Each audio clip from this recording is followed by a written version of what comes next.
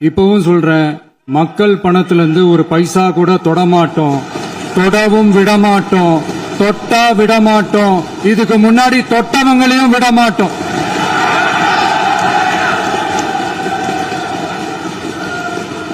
ஒவ்வொரு ஊழலா வெளியில வரும் போலயே ஒவ்வொரு வேஷமா கலைஞ்சிரும் போலயே இங்க இருக்கிற நிறைய பேரு நடுங்கி போய்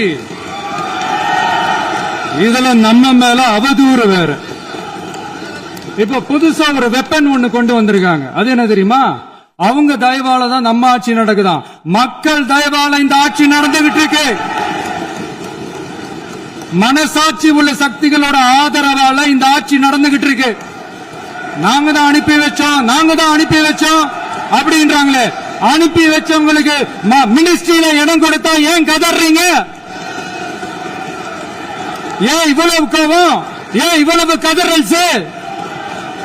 இதுல இன்னொரு முக்கியமான விஷயம், மார்க்சிஸ்ட் கம்யூனிஸ்ட் கட்சி நமக்கு ஆதரவு கொடுத்தது சுயேட்சையா எடுத்த முடிவுன்னு சொல்றாங்க. அதே மாதிரி இந்திய கம்யூனிஸ்ட் கட்சி நமக்கு ஆதரவு கொடுத்தது சுயேட்சையா எடுத்த முடிவுன்னு சொல்றாங்க. இதுல எங்க இருந்து நாங்க தான் அனுப்பி வச்சோம்னா புரியலையே. மக்களுக்கு நல்லா புரியும், எல்லாத்தையும் தெளிவா பார்த்துக்கிட்டு இருக்கிறாங்க.